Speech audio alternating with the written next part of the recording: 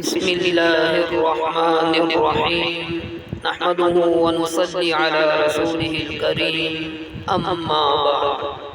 حضرت مقداد رضی اللہ تعالی عنہ فرماتے ہیں کہ انہوں نے جناب محمد کریم صلی اللہ علیہ وسلم کو یہ فرماتے ہوئے سنا کہ زمین کے اوپر کوئی گھر خواہ مٹی کا ہو یا خیمہ کا ایسا باقی نہیں رہے گا جس میں اللہ رب العزت اسلام کے کلمہ کو معزز کی عزت کے ساتھ اور ذلیل کی رسوائی کے ساتھ داخل نہ کرے۔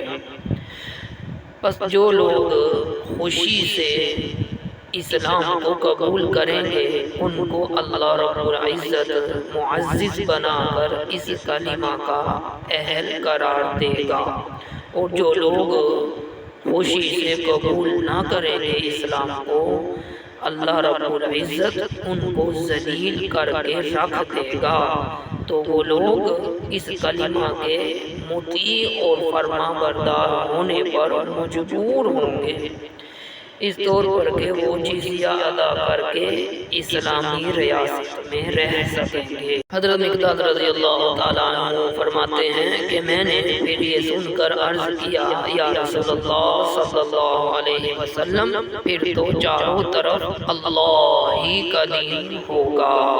اس حدیث پاک میں جناب محمد رسول اللہ صلی اللہ علیہ وسلم نے ساری دنیا میں سارے اسلام کے غلبہ کی پیشنگوئی فرمائی ہے۔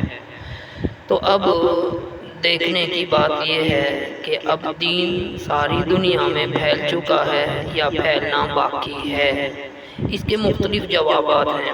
پہلا جواب یہ کہ یہ غلبہ اسلام آپ صلی اللہ علیہ وسلم کے زمانہ میں صرف جزیرہ عرب کے لیے تھا، اور وہ آپ صلی اللہ علیہ وسلم کے زمانہ مبارک میں غلبہ ہو چکا تھا۔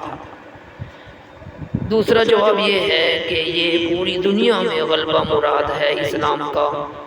اس کا عمومی طور پر غلبہ آپ صلی اللہ علیہ وسلم کے خلفائے راشدین رضوان اللہ تعالی علیہم اجمعین کے دور مبارک میں غلبہ دین کا ہو چکا تھا۔ مغرب مشرق ہر طرف دین ہی دین کا غلبہ ہو چکا تھا۔ تیسرا جواب یہ کہ یہ غلبہ دلائل اور قوت استدلال کے اعتبار سے ہوگا، اور اس طریقے پر تو اسلام روز اول سے آج تک غالب ہی چلا آ رہا ہے۔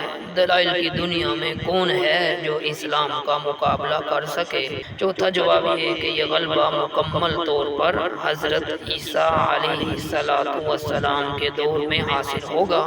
اس وقت جزیے کا نظام بھی آپ صلی اللہ علیہ وسلم کی شریعت کے حکم کے مطابق موقوف ہو جائے گا، پھر یا تو اسلام ہوگا یا کافر کی موت ہوگی۔ اللہ رب العزت ہمیں پوری امت مسلمہ کو معزز ترین لوگوں میں شامل ہونے کی توفیق مرحمت فرمائے، نہ کہ ذلیل اور رسوا ہو کر اسلام کو قبول کرنے والے لوگوں میں شامل فرمائے۔